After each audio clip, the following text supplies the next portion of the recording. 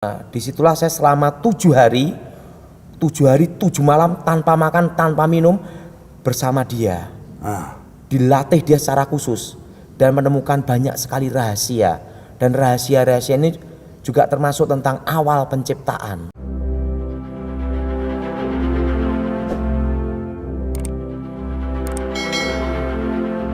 Saudara yang kasih dalam Tuhan, siapa itu Saint Michael atau Mikael, malaikat Mikael. Saudara yang kasih dalam Tuhan, bersama dengan saya kita mau mengupas tentang fungsi dari malaikat Mikael atau malaikat pimpinan perang, saudara-saudara, iya kan, untuk mengalahkan setan-setan. Nah, saudara yang kasih dalam Tuhan, satu kali di tahun 1992 sekitar bulan September, Oktober begitu, saya berjumpa dengan seorang yang berumur waktu itu mungkin masih sekitar 17 tahun. Dan 17-18 tahun. Nah, saudara yang kasih dalam Tuhan, hari ini beliau jadi hamba Tuhan yang banyak dikenal khususnya dalam pelayanan setan-setan. Nah, yang menakutkan buat saya karena kita dengan tim waktu itu melayani, ada istri saya lalu ada tim pelayanan juga di sana, dan kita melayani selama kira-kira 1,5 jam sampai 2 jam mengusir setan-setan dalam tubuhnya, dalam hidupnya, segala ilmu keluar. Dan terakhir, nah ini dia yang terakhir, waktu kawan saya tanya, ini roh apa lagi? Karena ada banyak roh ini apa, roh apa lagi? Tiba-tiba ada jeritan yang sangat melengking yang manusia normal tidak bisa mengeluarkan suara ini. Dan setelah sekitar setengah menit, sudah 30 detik cukup lama, tiba-tiba dia berteriak, Lucifer. Wah, semua gemetar, saudara. Bayangkan, saya keluar, gereja itu cukup besar, bisa nampung 1.500 orang kira-kira waktu itu. Saya keluar, pedagang-pedagang, tukang becak semua pada berdiri di depan gereja dan tanya, ada apa? Saya bilang, lu kenapa emang? Dia bilang, kita dengar ada suara jeritan yang sangat menakutkan. Saudaraku yang kasih dalam Tuhan, orang yang saya ceritakan tadi, mungkin sudah pernah kenal, namanya Dautoni. Nah, orang hebat itu sengaja saya bawa ke Sandakan untuk ngobrol sama saudara dari Sabah, Malaysia ini di gereja yang luar biasa ini, Saint Michael. Pak Daud, haleluya. Hari ini kita mau bahas tentang Saint Michael atau malaikat Mikael atau malaikat Michael. Nah, Pak Daud tahu bahwa malaikat Mikael ini malaikat peperangan, dan kita dulu pernah berdoa buat Pak Daud waktu masih terikat setan-setan dan ada jeritan Lucifer. Nah, coba jelaskan. Saya akan jelaskan. Saya bertemu Lucifer itu pada waktu kelas 2 SMP. Pada waktu saya mempelajari. Orang sih ketemu pasangan teman hidup 2 SMP, dia ketemu Lucifer. Nah, terus gimana? Bagaimana perjumpaannya? Waktu itu kakek sama nenek guru saya berkata, untuk mempelajari ilmu terakhir membelah dunia itu ada tingkat 9. Engkau harus ketemu seorang guru lagi, seorang pangeran. Nah, saya bingung pangeran apa itu. Saya tidak tahu waktu itu. Saya pikir kakek saya udah hebat, guru satu lagi ini lebih hebat lagi katanya. Waktu itu hari yang disepakati udah oke, langsung mereka ritual, terusan mengalirkan tenaga dalam diri saya. Tiba-tiba itu ada awan yang sangat gelap. Begitu awan sangat gelap, di situ saya lihat petir sambung menyambung dan gempa. Di mana itu? Waktu itu masih di Solo? Ada di daerah Sragen. Oh, daerah Sragen, saudara. Nah, tiba-tiba awan gelap. Di rumah atau di pertapaan? Di pertapaan. Ada awan gelap, petir sambung menyambung, gempa bumi. Dan tiba-tiba muncul satu sosok. Sosok itu tingginya 3 meter. Wajahnya itu seperti anak muda. Lebih tampan melebihi Elvis Presley. Rambutnya silver perak. Terusan model. Pak Daud ini ketahuan umurnya, saudara. Orang mah Brad Pitt kayak apa, dia Elvis Presley. lanjut. Ya. Rambutnya silver perak dan bajunya putih berkilau. Terusan tuh kasutnya itu ada seperti model gini, tapi terbuat dari emas. Nah, setelah itu di matanya itu mengeluarkan sinar intan berlian dan bumi berputar di matanya. Nah, disitulah saya baru mengerti bahwa guru yang saya dipanggil nenek saya itu adalah kekuatan yang paling gelap. Nah, disitulah selama 7 hari. Kamu waktu itu nggak berpikir bahwa jangan-jangan ini Tuhan?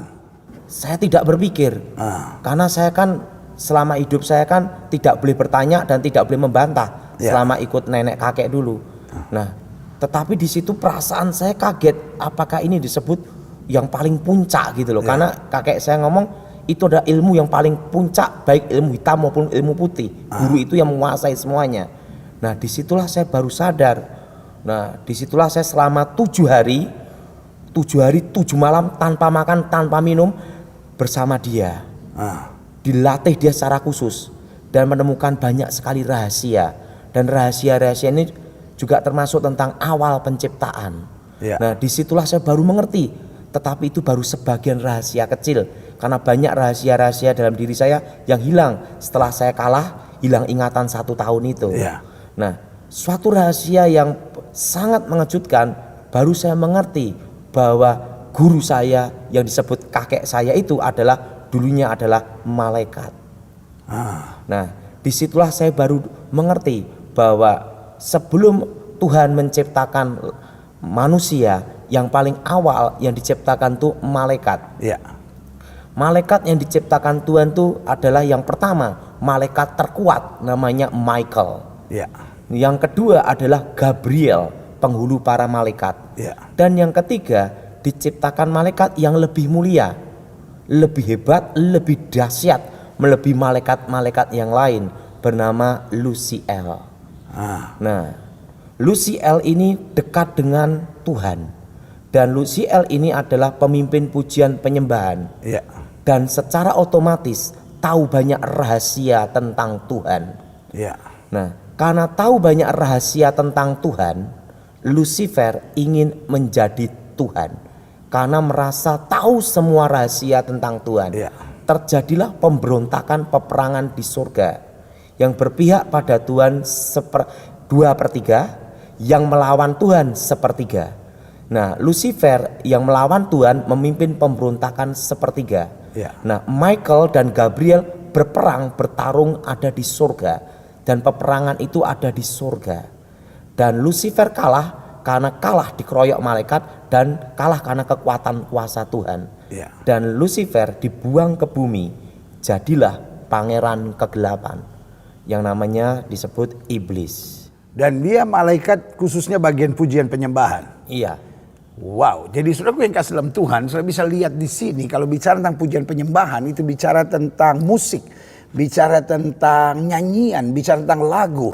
Dan kalau kita lihat hari-hari ini di dunia modern, pada kalau kita perhatikan kan banyak musik, banyak lagu, banyak lagu-lagu dunia mengarahnya pada seks, mengarahkan pada drugs, mengarahkan pada hal-hal jahat, mengarahkan pada penyembahan-penyembahan berhala. Bagaimana itu? Ada suatu rahasia yang sangat rahasia, bahwa semua mantra itu semua harus ada alunan musik dan ada tangga nada. Maka musik itu sebelum saya bertobat disebut tangga nada para dewa. Dan hipnotis pun juga mempelajari dengan musik. Mantra pun juga musik. Musik bisa mempengaruhi jiwa seseorang masuk ke gelombang otak. Dan terciptanya hipnotis juga ada gelombang suara dan nada dan intonasi. Misalnya, kalau orang mau hipnotis, dia pasti pakai nada seperti ini. Mari lihat saya. Nah, itu ada nadanya. Nah, dari nadanya itulah mempengaruhi jiwa, mempengaruhi gelombang otak, mempengaruhi alam bawah sadar. Wow, saudara yang kasih dalam Tuhan, berarti hati-hati dengan musik kita, hati-hati dengan lagu-lagu kita, hati-hati dengan nyanyian-nyanyian kita. Yang paling baik adalah kembali pada pujian penyembahan kepada Tuhan. Karena dengan kita memuji dan menyembah Tuhan, kita akan dipulihkan. Dengan memuji menyembah Tuhan, kita akan kuat. Dengan memuji dan menyembah Tuhan, kita akan mengalami banyak mujizat. Karena Alkitab berkata, Tuhan bertahta dan puji-pujian umatnya. Pak Daud ini menarik soal Lucifer. Ketika Pak Daud dilepaskan, mungkin Pak Daud gak sadar karena waktu itu dalam kondisi trans gitu, dalam kondisi gak jelas. Nah, lalu kemudian Pak Daud teriak, Lucifer. Nah, setelah perjumpaan ini, ada gak seperti kayak perpisahan? Seperti Lucifer gak mau melepaskan Pak Daud atau Lucifer mau kembali lagi, nah apa? Pernah. Kejadiannya pada waktu saya dijebak. Setelah saya bertobat, saya itu diminta doa di Surabaya. Nah, setelah itu saya dimasukkan satu tempat, katanya suhu ini mau bertobat. Nggak taunya saya dijebak, dikeroyok 40 orang. Nah, waktu dijebak 40 orang ini, di situ saya dimaki-maki, bahkan diludahi Pak Gilbert. Ya. Nah, setelah itu ada suara dan saya tahu itu Lucifer.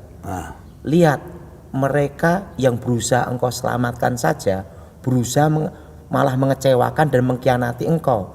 Bahkan orang Kristen yang engkau bela pun tidak ada gunanya, bahkan mengkhianati engkau. Mas Sandia berkata lagi, apakah aku pernah mengkhianati kamu? Nah, waktu itu saya berkata demikian, sekalipun Tuhan tidak pernah nolong aku pun saya tidak mau ikut kamu, saya gitu. Ya. Nah, tapi saya percaya Tuhan selalu menolong saya. Dan akhirnya Pak Daud bisa keluar. Saya keluar dari tempat itu langsung dipaksa, saya disuruh tanda tangan. Daripada ribut saya tanda tangan lah, karena suhu itu kalah, karena dia punya tenaga dalam aliran listrik sama saya tidak berfungsi Pak Gilbert, karena saya tahu kelemahannya, yaitu pakai sandal. Saudara yang kasih dalam Tuhan, ini luar biasa. Ada pengalaman perjumpaan, ada pengalaman mau balikan. Jadi setan juga ada CLBK-nya, saudara. Ini hati-hati, saudara yang udah tinggalkan dosa. Mungkin tadinya saudara penjina, saudara tadinya minum mabuk, saudara tadinya drugs, judi, saudara tadinya hidup gak beres, saudara tadinya seorang lesbian atau homoseks. Waktu saudara mau keluar dari situ, lihat seperti pengalaman Pak Daud, iblis mau coba balik lagi, tetapi kita harus tegas tolak. Karena apa? Karena Yesus tetap Tuhan yang dahsyat dan luar biasa. Nah, tadi perjumpaan dengan Lucifer, bagaimana perjumpaan Pak Daud dengan Tuhan Yesus? Saya ketemu Tuhan Yesus pada waktu saya hilang ingatan. Saya kan didoakan pendeta-pendeta dan Pak Gilbert termasuk yang doakan. Ya. Dan banyak pendeta yang doakan juga. Bukannya tambah sembuh, tambah gila. Dan tepat 1 tahun 93, waktu itu ada cahaya terang yang menyinari masuk kepala saya. Dan terdengar suara, akulah Alfa, akulah Omega. Akulah yang awal, akulah yang akhir. Akulah aku, YHWH, Yahweh. Aku telah mati, bangkit hidup kembali. Amin. Yesua HaMasiah. Saya ketemu Tuhan Yesus sendiri tahun 93. Ya. Dan nah, bagaimana perbandingannya Yesus? Kan Pak Daud pernah jumpa Lucifer, pernah jumpa Yesus. Nah, bagaimana perbandingannya? kalau Lucifer itu adanya rasa takut, ketakutan luar biasa dan bingung luar biasa. Nah, kalau ketemu Tuhan itu damai luar biasa dan tenang. Nah, penampilannya sama-sama gagah gitu. Iya, tapi bedanya kalau Tuhan tidak bisa melihat wajahnya. Kalau Lucifer saya bisa lihat wajahnya. Sampai sekarang pun gambarkan juga bisa. Oh, lihat, saudara yang kasih dalam Tuhan, bedanya yang satu ketakutan, kecemasan, kepanikan. Karena di mana ada setan, di mana dosa selalu ada kepanikan, kecemasan, ketakutan. Tapi di mana ada Kristus selalu ada damai, ada kemenangan, ada sukacita, ada kedahsyatan. Nah, Pak Daud, apa pesan Pak Daud buat pemirsa Kamu Hebat ini? Sebenarnya ada salah pada waktu 7 hari 7 malam itu baru saya mengerti tentang awal sebuah peperangan antara manusia dan setan. Nah, awal peperangan itu yaitu pada waktu Tuhan menciptakan manusia. Tuhan perlu teman untuk bicara. Tuhan perlu sahabat. Nah, untuk menggantikan posisi Lucifer, malaikat yang paling disayang Tuhan, harus diciptakan yang lebih mulia dan lebih dahsyat. Bahkan lebih dahsyat dan lebih malaikat. Maka diciptakanlah Adam, segambar serupa dengan Tuhan. Nah, setelah itu baru diciptakan Hawa. Lucifer marah karena posisi dia diambil.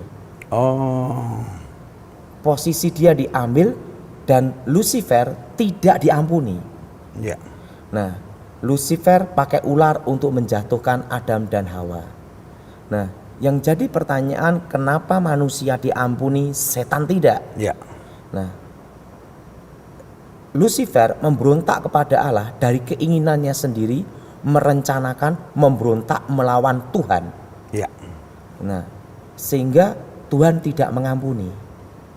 Nah, manusia tidak ada keinginan melawan Tuhan. Manusia tidak merencanakan pemberontakan, tapi manusia dibujuk, digoda setan untuk melawan Tuhan. Makanya manusia diberi kesempatan pengampunan. Haleluya. Seperti kasus pembunuhan. Pembunuhan berencana, hukumannya mati, maksimal mati, minimal seumur hidup. Tidak berencana, ada keringanan. apalagi yang bunuh orang gila, bebas. Karena orang gila tidak bisa dihukum. Lihat saudara yang kasih dalam Tuhan. Berarti hari ini benar apa yang Alkitab katakan, bahwa seberapa kali kita jatuh pun Tuhan mengampuni kita. Tetapi jangan kamu sesat, Allah tidak membiarkan dirinya dipermainkan. Jadi jangan mempermainkan Tuhan, jangan melawan Tuhan, jangan memberontak kepada Tuhan. Tetapi kalau karena kita dalam kehidupan akhirnya terpengaruh, terseret, jatuh, bangkitlah. Masih ada kasih karunia Tuhan. Karena Alkitab berkata jelas, mari kamu yang letih lesu dan berbeban berat, aku akan beri kelegaan kepadamu. Nah Pak Daud, apa pesan terakhir Pak Daud untuk pemirsa Kamu Hebat ini? Maju dalam Tuhan, ikut Tuhan. Jangan berpikir bahwa setan itu menolong. Karena setan tidak akan menolong dan tidak akan menyelamatkan manusia. Karena dia tahu tidak diampuni. Saudara gue yang kasih dalam Tuhan, kalau kita baca dalam Matius pasal 25 ada 2 tempat. Yang pertama untuk manusia. Iya kan? Dan yang kedua untuk setan dan pengikut-pengikutnya. Setan tidak mau kesepian di neraka. Dia seret dengan berbagai cara. Ada yang dia bujuk, ada yang dia tekan. Tetapi kalau kita goyah dan kita ikut, kita akan terlempar. Karena neraka bukan tempat manusia. Neraka diciptakan Tuhan untuk membuang setan dan pengikut-pengikutnya. Karena itu jangan mau jadi pengikut setan. Apapun tawarannya, the devil never work for free. Setan gak pernah kerja gratis. Dia tawarkan sesuatu yang indah. Tujuan untuk menghancurkan. Ikut Yesus, dekat dengan Yesus, tetap jadi pengikut Yesus. Mau ada badai, mau ada angin ribut. Selama kita berjalan bersama Yesus, kita lebih daripada orang-orang yang menang.